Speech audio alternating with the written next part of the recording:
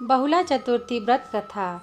बहुला चतुर्थी व्रत भाद्रपद के कृष्ण पक्ष की चतुर्थी तिथि को बहुला चौथ या बहुला चतुर्थी कहा जाता है। यह तिथि भगवान श्री गणेश के व्रत की तिथि भी है, जिसे कि संगठित चतुर्थी भी कहते हैं।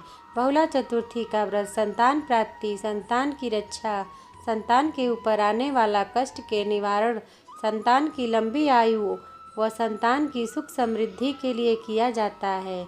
इस व्रत में गौ माता का पूजन तथा मिट्टी के सिंह की प्रतिमा बनाकर पूजा करने का विधान है। बहुला चतुर्थी व्रत कथा इस प्रकार है। बहुला चतुर्थी व्रत की पौराणिक कथा। द्वापर युग में जब भगवान विष्णु का कृष्णावतार हुआ, तब उनके सहायक के रूप में देवी देवताओं ने भी गोप गोपियों का रूप लेकर अवतार लिया। गौ शिरोमणि कामधेनु भी बहुला नाम की गाय बनकर नंद बाबा की गौशाला में आ गई। भगवान श्री कृष्ण का बहुला से और बहुला का भगवान से अपार स्नेह था। बालक श्री कृष्ण को देखते ही बहुला के स्तनों से दुग्ध धारा बहने लगती थी। श्री कृष्ण बहुला के उस दुग्ध का पान किया करते थे।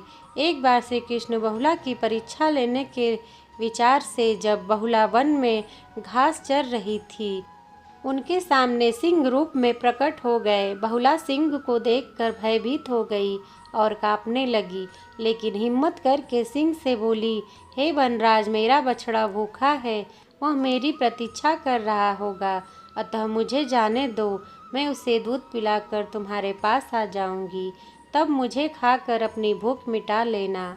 सिंह ने कहा कि सामने आए आहार को कैसे जाने दूं? तुम वापस नहीं आई तो मैं भूखा ही रह जाऊंगा। बहुला ने सत्य और धर्म की शपथ लेकर कहा कि मैं अवश्य वापस आऊंगी। बहुला की शपथ पर विश्वास करके सिंह ने बहुला को जाने दिया। बहुला अपने बछड़े को दूध पिलाकर अपने वचन की रक्षा हेतु सिंह के पास वापस आ गई। बहुला की सत्यनिष्ठा को देखकर श्री कृष्ण अत्यंत प्रसन्न हुए और अपने वास्तविक स्वरूप में आकर कहा कि बहुले, तुम मेरी परीक्षा में सफल हुई। अब से भाद्रपद चतुर्थी के दिन गौ माता के स्वरूप में तुम्हारी पूजा होगी। तुम्हारी पूजा करने वाले को धन और संतान का सुख मिलेगा। बहुला भगवान श्री कृष्ण का आशीर्वाद प्राप्त कर अपने घर लौट आई और अपने बछड़े के साथ आनंद से रहने लगी। बहुला चतुर्थी व्रत की विधि क्या है? इस दिन प्रातः काल स्नान आदि नृत्य क्रिया से निवृत्त होकर शुद्ध वस्त्र धारण करना चाहिए। यह व्रत चंद्रोदय से चंद्रोदय तक अर्थात तृतीया के चंद्रोदय से प्रारंभ कर चतुर्थी के चंद्रोदय को व्रत का पारण करना चाहिए। इस व्रत में चतुर्थी के चंद्रोदय पर गौरी गणेश योगेश्वर भगवान श्री कृष्ण एवं शवतसा गाय, उनके बछड़े व मिट्टी से बनी सिंह का विधिवत पूजन करना चाहिए। इसके अलावा भी भगवान श्री गणेश का पूजन और चतुर्थी के चंद्रमा को अर्घ देना चाहिए। इस व्रत में गाय के दूध से बनी खाद्य पदार्थ का सेवन नहीं करना चाहिए, न ही इसका भोग लगावें।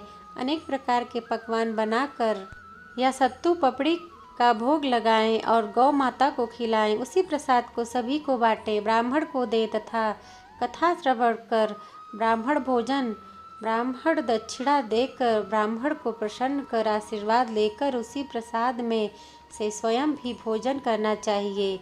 बहुला चतुर्थी व्रत की महिमा या शिक्षा।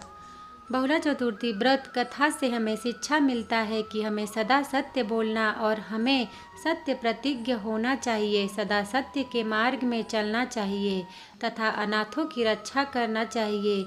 सत्य की स्वधर्म अनुसार रक्षा करना चाहिए। सत्य से ही दुनिया कायम है।